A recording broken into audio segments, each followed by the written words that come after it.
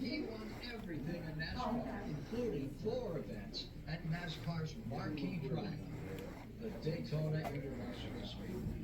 This is not just a destination. This is the home of NASCAR. This is where the season starts.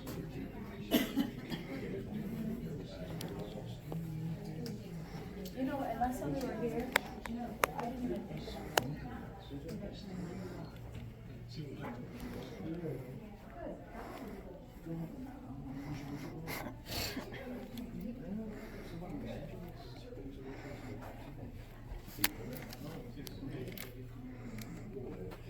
To watch that movie again and see if it's it.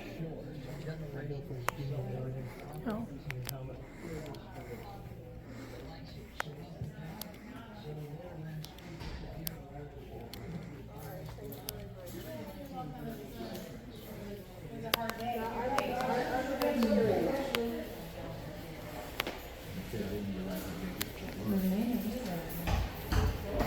Look at her guy.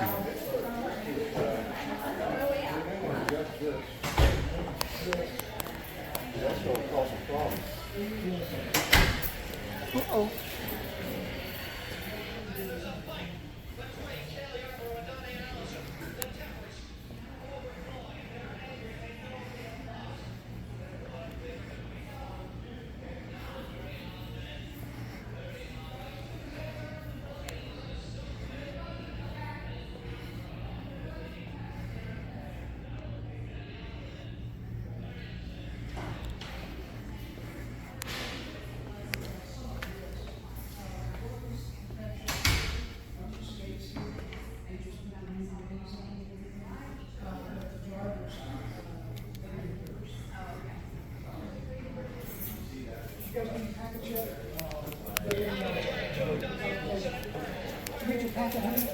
What's that? Did you get your packet? Packet? It's, Oh, okay, I'll show you. okay.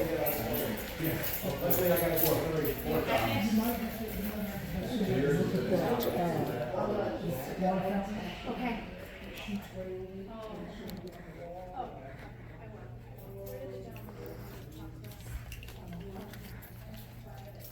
Hey guys, did everybody get a packet? Everybody get you guys a packet?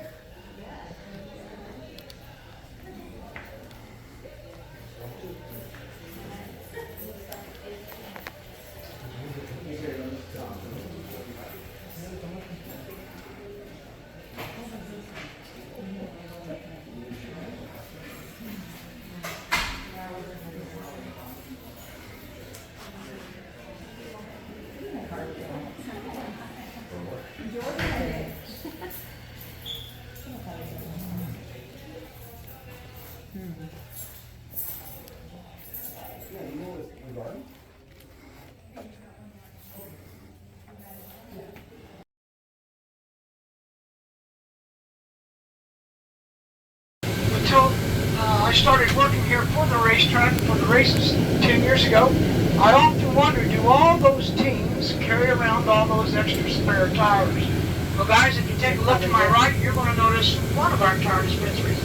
The other one happens to be on the other end of the track, along with that other filling station. Now this stretch right here that we're getting ready to drive on here happens to be called our skid plate. If you guys are not familiar with that terminology, when those drivers come out of turn 4 at close to 200 miles an hour up to 4 wide, and somebody loses control of their car, they'll bring that car right over here to skid plate. They'll gain control of that car again, get back out on the track, and continue the race. And if you take a look to my right, you're going to see one of our smaller camping areas. Now, once I straighten up the bus, guys, I'd like to talk to you about the approach stretch seating renovation.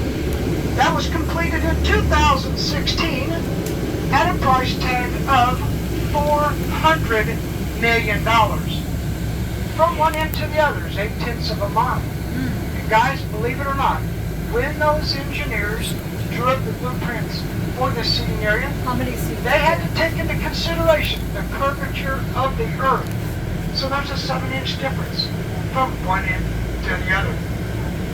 We now have a seating population of 101,500 fans, and the height of those seats from the bottom seat all the way up to the top, a little over 15 stories.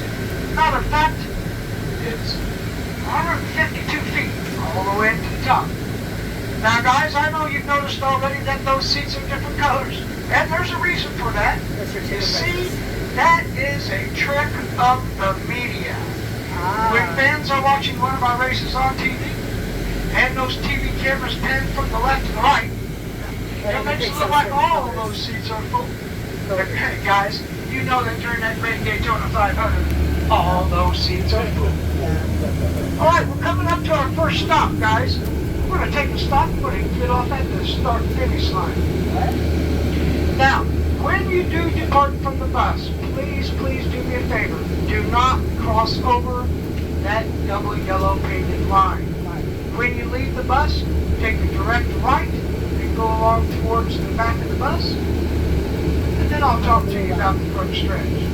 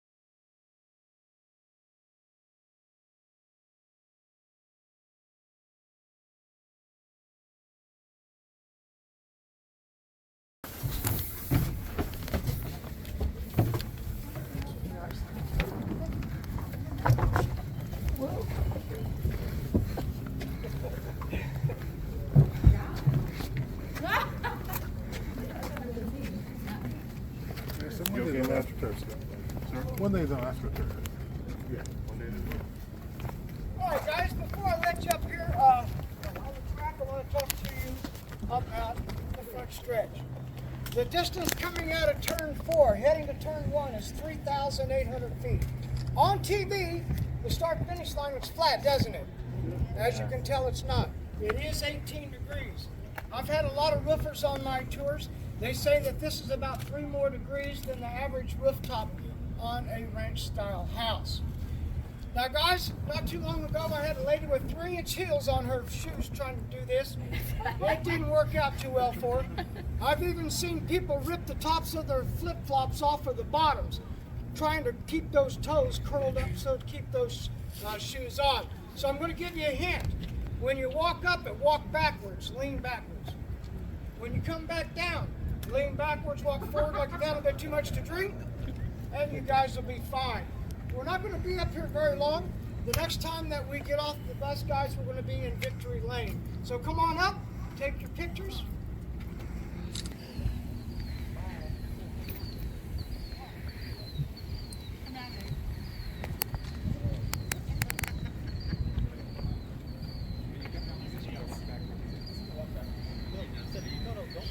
No.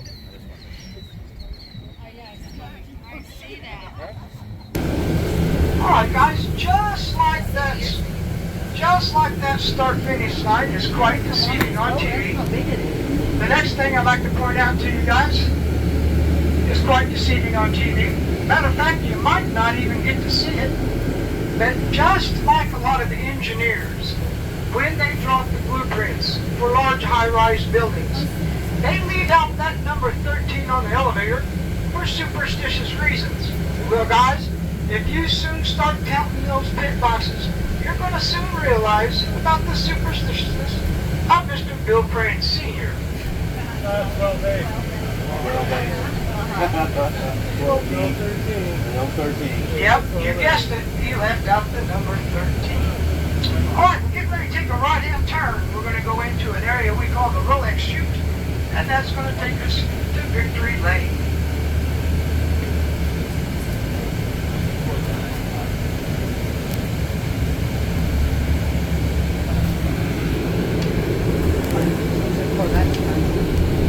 All right, guys, I'm going to let you guys off the bus.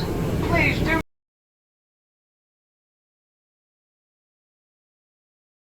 Pictures, but I want to talk to you about this glass building. And then I want to talk to you about that prestigious hot rod that takes the checkered flag of the Daytona 500. I want to welcome you guys to Victory Lane. This is our 500 club. It's not exactly a club, they just call it that. The lower level is our meeting room. We've also been known to have local high school proms as well as weddings. Anybody getting married here soon? No. I am an ordained minister. We get done right here, right now for a small fee. Go check married. Well, we can renew our vows. Yeah, right. I think it'd be cool to get married here, though, right? You know, NASCAR fans, both of you. The next level's our lounge. Top level are suites. And the cool thing about this building is underneath that canopy, we've got 200 seats. It's called Presidential's Row. And for every ticket over there that holds a ticket up there, comes with all you can eat and drink. Now, guys, do not ask me how much those tickets are, because I really do not know. But I'm going to give you a strong hint. You got to dig real deep to get up there. All right, the green bleachers. Those are for the people that rent the suites up above. This very short section right here is for TV cameras that promote Victory Lanes worldwide. This large area here is for photographers. Next, I'd like to talk to you about that prestigious hot rod that takes the checkered flag of that Daytona 500. They'll wheel that winning car through those two arches. They'll park it right here. That's when they open up all that high-dollar champagne and all the glitter and all the glamour. But there might be something you do not know about that prestigious hot rod. Like I said, I've been watching NASCAR since the 60s, until I started working here for the track, for the races 10 years ago. I had no clue what I'm getting ready to tell you.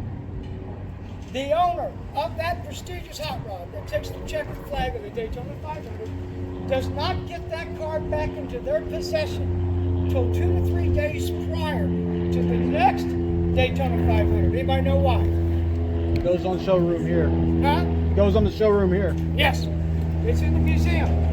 So the last place that I open up the doors of the museum and let you guys off, awaiting for you will be William Byron's prestigious hot rod that took the checkered flag of the last Daytona 500 just as it left here. Now guys, if that was my prestigious hot rod, I'd want that by my bed at night.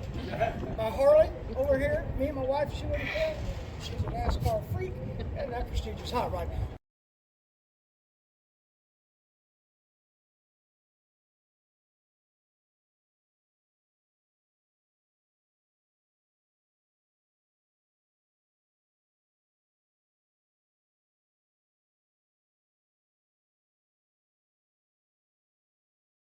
Ready to take a drive through here. This is called our fan zone.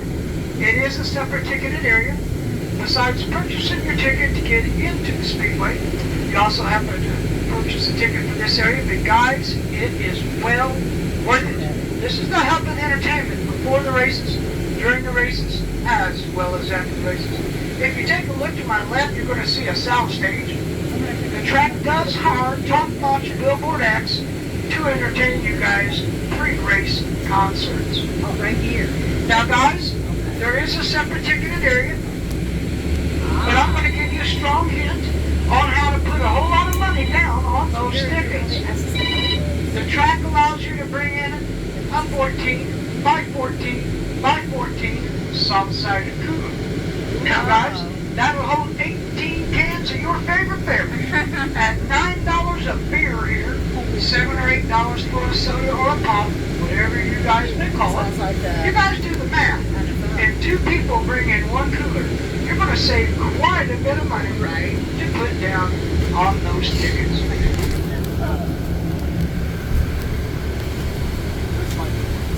Now guys, we're getting ready to take a stroll through the Cup Car garages. Got a couple of things I'd like to point out to you.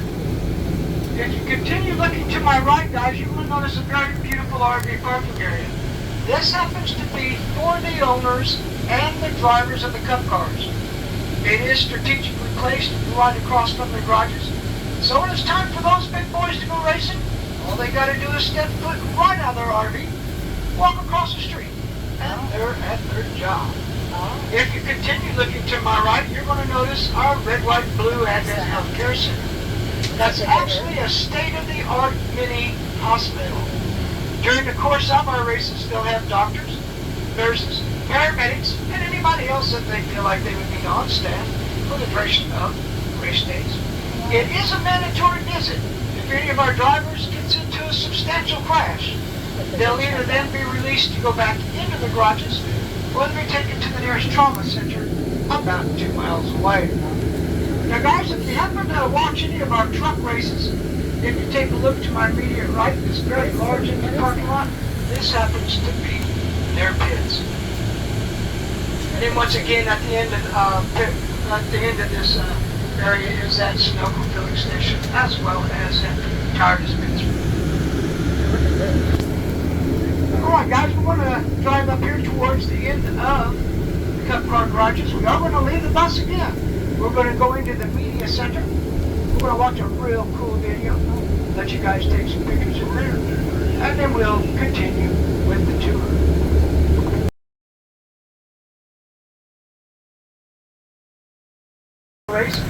We also use it in March for our superbikes.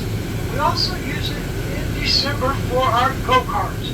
Now guys, when I talk about go-karts, I'm not talking about those go-karts that you buy at your retail store. Those go-karts that come out here, they take up our whole 3.5 miles of our racing surface. They're called shifters. Believe it or not, they have been clocked in time at 162 to 165 miles an hour. And guys, that is with no roll cage, and they're only about an inch off the surface of the track. Why on earth would we have such a large body of water in the middle of our 180-acre infield? Well, guys, when Mr. Bill Frank Sr. envisioned his track, he knew he wanted 31-degree embankments, so he needed the right soil that would take the punishment and the abuse that these cars happen to put on those corners.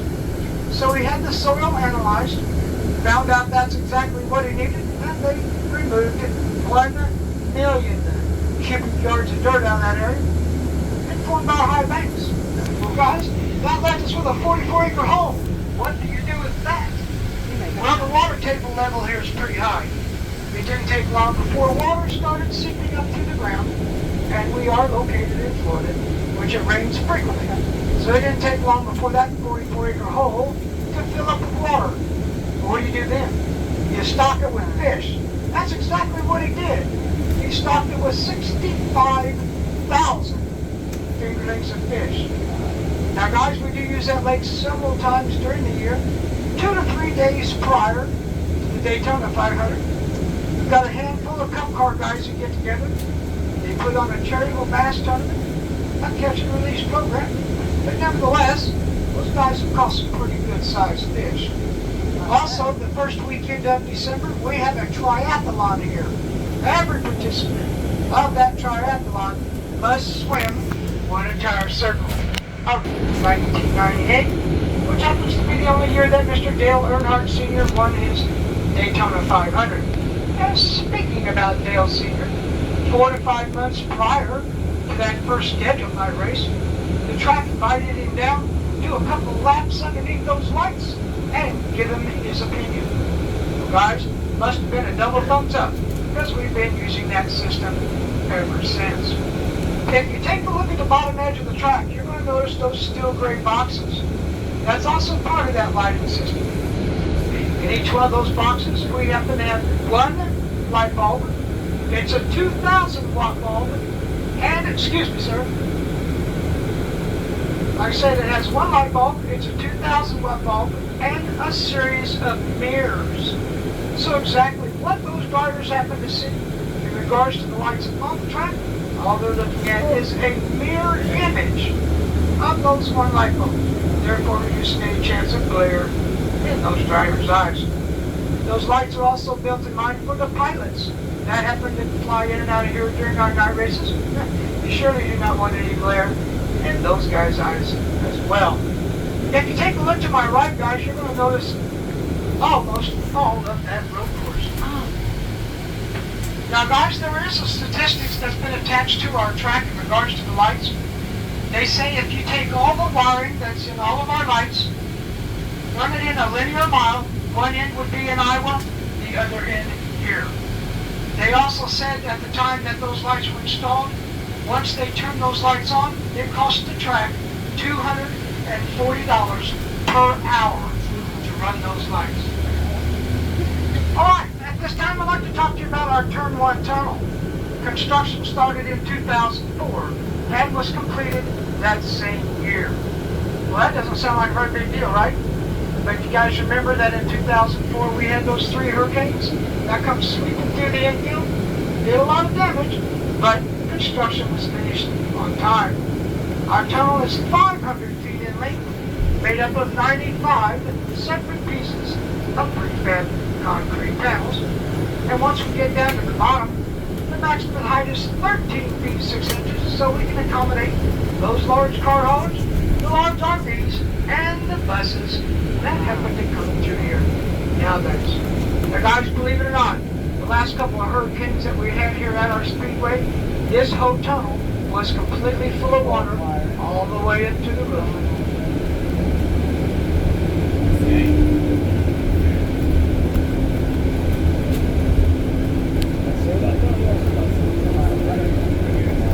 Alright, as we're coming out of the tunnel, guys, if you look ahead of me, you're going to notice a very large structure.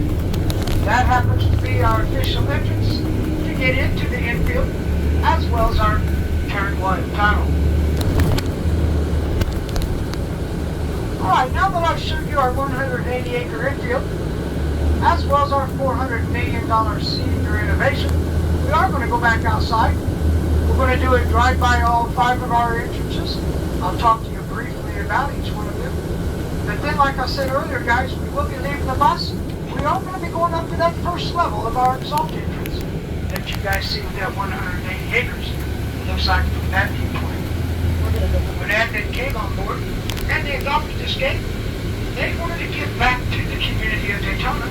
So they installed this 1.5 mile walking, jogging, and bicycle trail that we happen to be driving on this very minute. I thought that was pretty cool of them. Just wanting to give back to the community of Daytona. Because guys, if you ever drive by here in the real early morning hours, you'll actually see people from the community doing those 3 activities. Next, I'd like to direct your attention right ahead of us at one of our 2 Florida Power Line solar pavilions. The other one happens to be in fan zone. We have now a total of 7,000 solar panels, and they're talking about installing more in the near future. Another great thing about this structure, guys, is during those hot race days, you can take it from me, they get mighty hot. Fans can come in here, pull up a cool seat, grab something cold to drink, and just chill out for a while. Alright, if we have any Chevy lovers on our bus, you take a look to my right coming up, you're going to notice our Chevrolet gate. And if you continue looking to my right, you're going to notice a very large Daytona International Speedway sign. That is an iconic sign for us here at our Speedway. We have fans that travel all over the United States. While they're here, they'll stop over to the left of us at that large flagpole just to take a picture of that massive sign. Now guys, that sign is 355 feet wide. Well, let me put that into perspective for you. That is 5 feet shy of an NFL football field, including both end zones. That D in Daytona, 14 feet tall, and there's over 3,600 light bulbs in that massive sign. Now guys, I gotta ask you this one question. How would you like to be the one that has to replace all those burnt out bulbs? No, thank you. Alright, we're getting ready to come up to our largest of our 5 entrances. This is our Exalta gate. It's 2 football fields wide, including all 4 end zones. Exalta is a premium coating company. They specialize in industrial paints, just like what they happen to have on that roller coaster segment that's parked in the yard, right here to my right.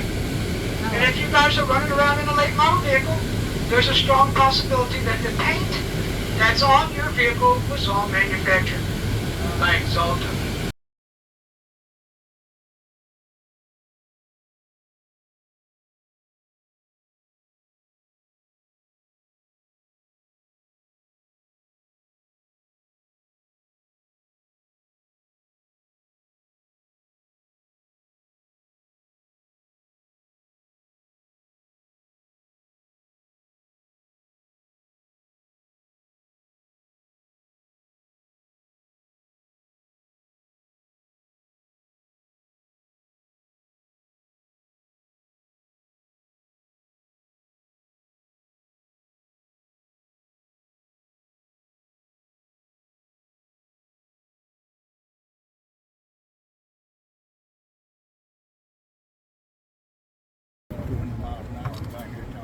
It's okay. Move Yeah. your lane. Yeah, hide.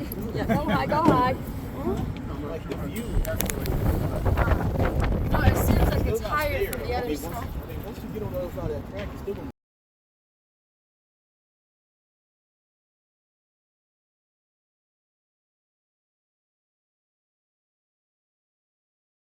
Formation. That rock formation is the same 31 degrees as all four of our corners. If you continue looking to my right, you're going to notice 6 of the replicas that Toyota is running this year. They are mounted on the same 31 degrees.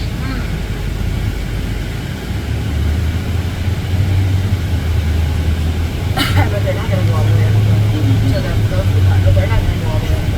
So, 43 and the 42. Alright guys, if you take a look to my left right up here, this is one of our 2 pedestrian crossover bridges that crosses over International Speedway Boulevard over to an area we call One Daytona. Right on through those tunnels and right onto the track.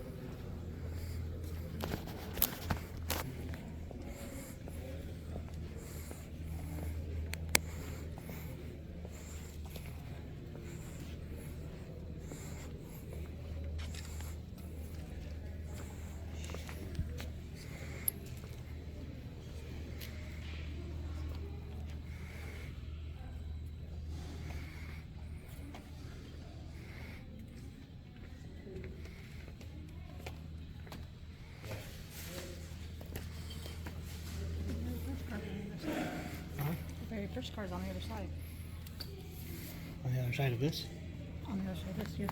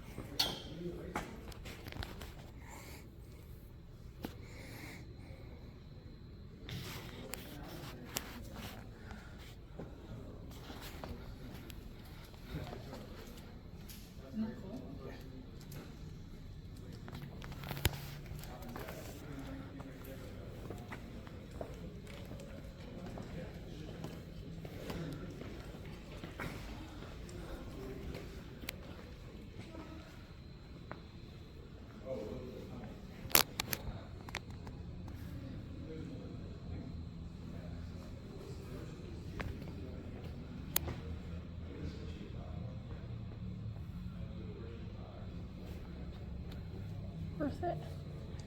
I think it's fascinating history. What? History is pretty cool. Yeah.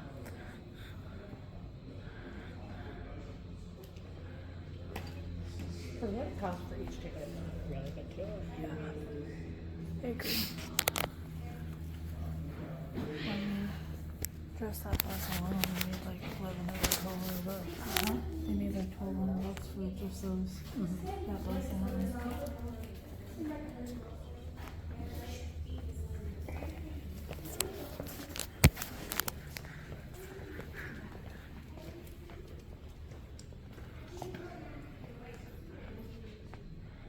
Whoa, looks like a shark. Are you gonna go that way? Okay, it's the one that went 200 miles.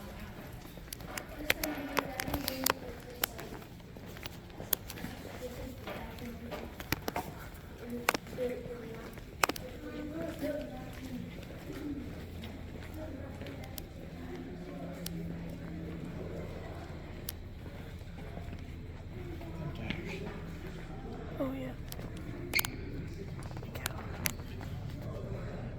This is the one she was talking about on that.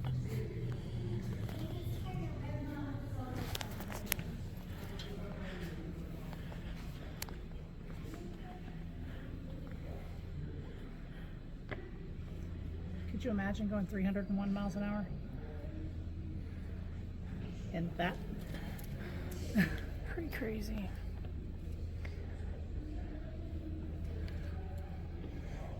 Definitely a futuristic car.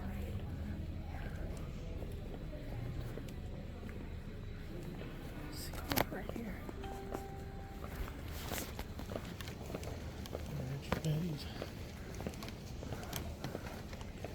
There's Malcolm. These are foreign races. Might be about them too. Hey, is Mount closed on Monday? Huh? Yeah. Probably. We got keys to it though. Huh? We got keys to it. Oh, did you already call and pay for it? He'll let us.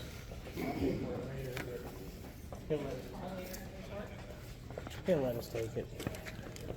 Yeah, it's not like he doesn't have to find your mother-in-law. You trust us.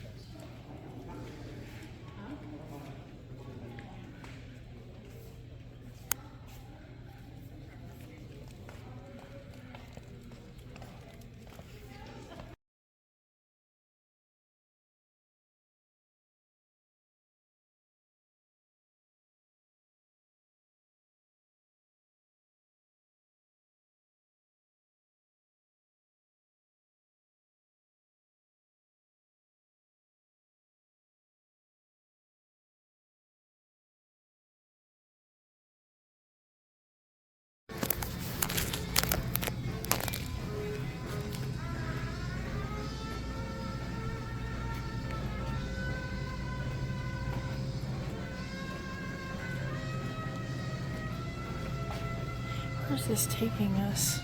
What? Where is this taking us?